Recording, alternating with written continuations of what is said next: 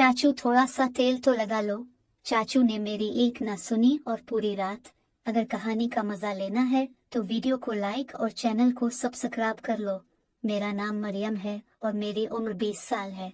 मैं कराची की रहने वाली हूँ, लेकिन जो कुछ मैं अब बताने जा रही हूँ वो इस वक्त की बात है जब मैं सिर्फ 16 साल की थी। मेरे कजन्स की शादी थी और वो शादी पेशावर में होनी थी। सारे घर वाले बहुत खुश थे और शादी की तैयारियों में मसरूफ थे, लेकिन मुझे सबसे बड़ा झटका इस वक्त लगा जब मेरे अबू ने मुझे बताया कि तुम स्कूल के पेपर्स की वजह से घर पर रहोगी। मैंने कहा, अबू मैं अकेली कैसे रहूंगी? तो अबू ने कहा कि तुम्हारे चाचू इमरान आ जाएंगे। चाचू इमरान एक जवान लड़का था, तकरीबन 22-23 साल का, मजबूत जिस्म और लंबा कद।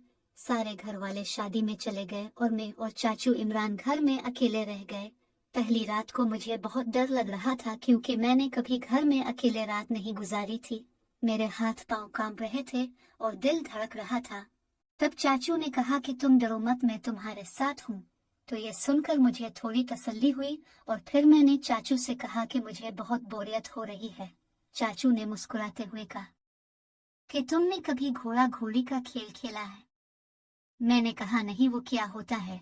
चाचू ने कहा कि ये बहुत मजे का खेल है, लेकिन तुम बच्ची हो, अभी तुम्हें समझ नहीं आएगा। मैंने जिद की कि मुझे भी खेलना है, बस प्लीज खिलाएं। चाचू ने कहा, ठीक है, लेकिन तुमने जो देखा वो किसी को नहीं बताना। मैंने कहा, ठीक है। फिर चाचू ने मुझे घोड़ी बनाया और वो खुद घोड़ा बने।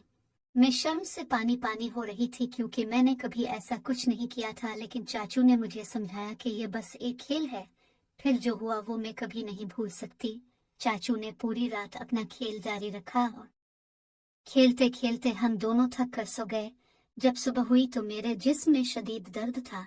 ऐसा लग रहा था जैसे कोई ट्रेन मेरे ऊपर से गुजर गई हो।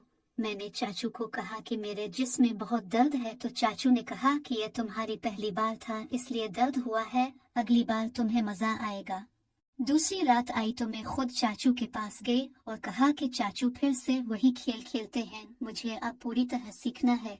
चाचू ने मना किया और कहा कि ये खेल अच्छा नहीं है, हम ये खेल दोबारा कभी नहीं खेलेंगे। लेकिन मैंने चाचू को धमकी दी कि अगर अपने खेल ना खेला तो मैं अबू को सब कुछ बता दूंगी। ये सुनते ही चाचू डर गए और बोले, प्लीज अबू को मत बताना, मैं तुम्हारे साथ खेल खेलूंगा। फिर चाचू ने फिर से मुझे घोड़ी बनाया और खेल शुरू हुआ। इस बार चाचू पहले से ज्यादा जोशदार थे, गोया उन्होंने अपना पूरा गुस्सा और ताकत मुझ पर निकाल देनी थी। मैंने देखा कि चाचू का जिस्म इंतहाई मजबूत था और उनका वो खास हथियार बहुत बड़ा और मोटा था जिसे देखकर मेरी जान ही निकल गई। मैंने चाचू को कहा कि चाचू जरा आहिस्ता खेलें, बहुत तेज हो रहा है, मुझे दर्द हो रहा है।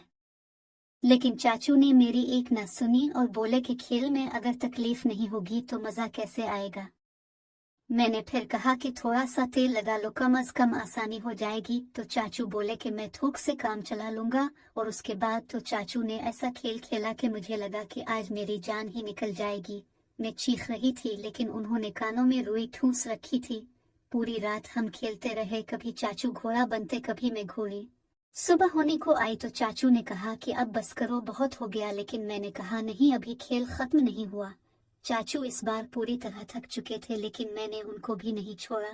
आखिरकार दोनों थक कर वहीं गिर पड़े। सुबह की पहली किरण जब कमरे में आई तो मैंने चाचू का चेहरा देखा।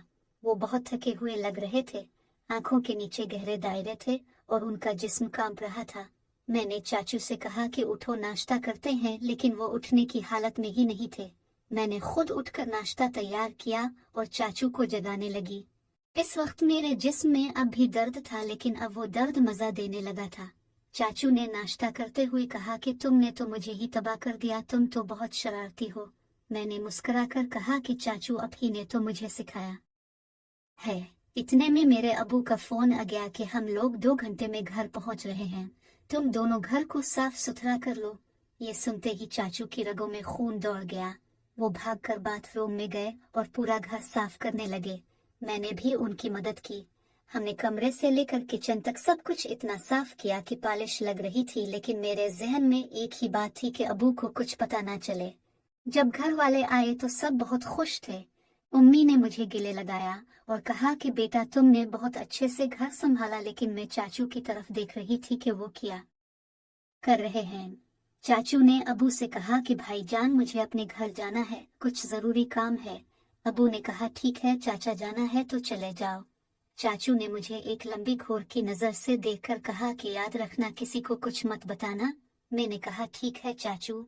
चाचू के जाने के बाद मेरे जहन में एक ही बात घूम रही थी कि क्या ये सही था जो हुआ।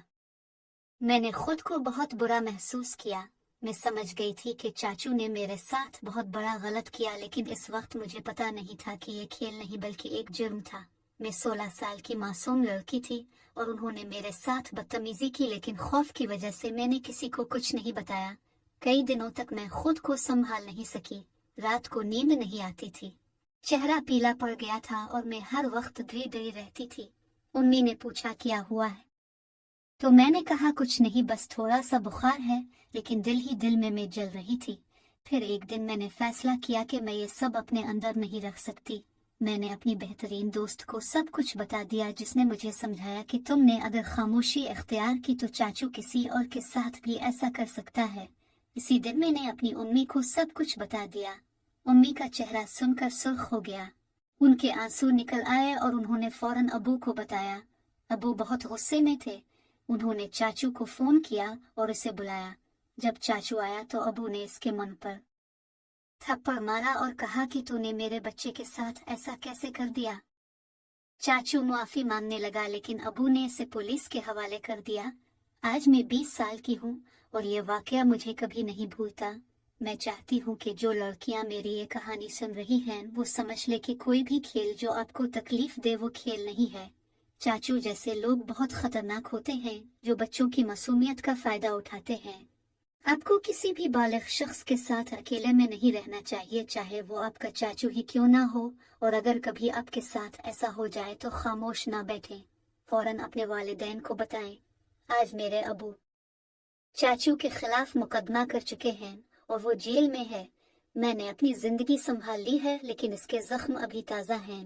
यही वजह है कि मैंने आपको ये कहानी सुनाई ताकि आप खबरदार हो जाएं। अगर आपको ये कहानी पसंद आई हो तो वीडियो को लाइक और शेयर ज़रूर करें और मेरे चैनल को सब्सक्राइब करना मत भूलें, क्योंकि मैं ऐसी ही सनसनीखेज और सच्ची कहानियाँ लाती रहूँगी। आपका बहुत बहुत शुक्रिया। अल्लाह हाफिज। ये एक फिक्शनल कहानी है, इसमें तमाम किरदार फर्जी हैं। हमारा मकसद आपके खूबसूरत चेहरों पर मुस्कुराहट बखेरना है। कुछ अल्फाज डबल मीनिंग पर मुश्तमिल होते हैं, लेकिन उनका मकसद पाक होता है।